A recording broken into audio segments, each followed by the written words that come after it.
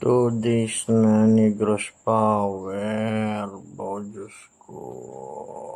Kadulom, Kaginoo, at maluoy ka mo.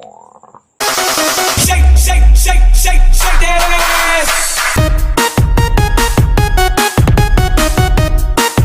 Yo, what's up mga boss? So, hanggang ngayon hindi pa rin kami makatulog.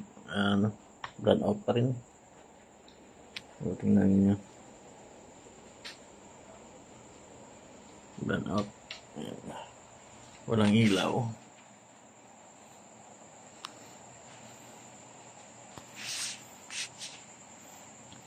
So, hindi tayo makapag-upload.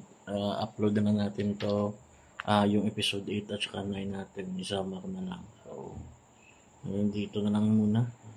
Naghihintay pa kasi kami na balik yung ilaw. Ang init. Grabe init. So, see you next vlog. So, mga boss, mga friend shop, pagising na natin. Late na tayo gumising. Kape tayo. Kape tayo. Hanggang ngayon, brand out pa rin dito. So, medyo hindi tayo makapag-upload. Ipapakita ko na lang sa inyo yung episode 8 and 9. Ika 9 ngayon eh. So, ipapakita ko na lang sa inyo yung mga nasold natin. Nung 8. Kahapon yung 9 pala. 8, 9. Nung isang araw at saka kahapon. So, ipapakita ko na lang sa inyo kung ano yung mga nasold natin nung episode 8 at saka 9. Hindi tayo masyado makapag-video kasi yung battery ng phone natin, tinitipid natin. Nagko-close tayo ng early doon sa shop and then punta tayo doon. Pupunta kami sa bahay ng papa ko. Tapos doon kami nag-charge. So, mahirap. Sabi nila is 2 weeks daw yung repair ng anong tawag doon, parang sa main na ng kuryente dito sa amin. So, transmission ba yun? So, yun, na lang muna, medyo cut lang tayo sa kasi tipid tayo ng battery.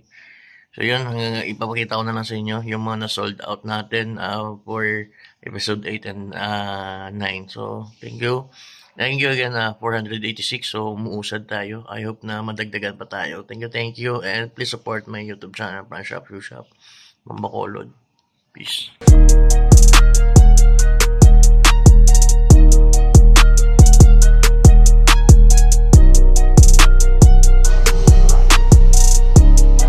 Gwapo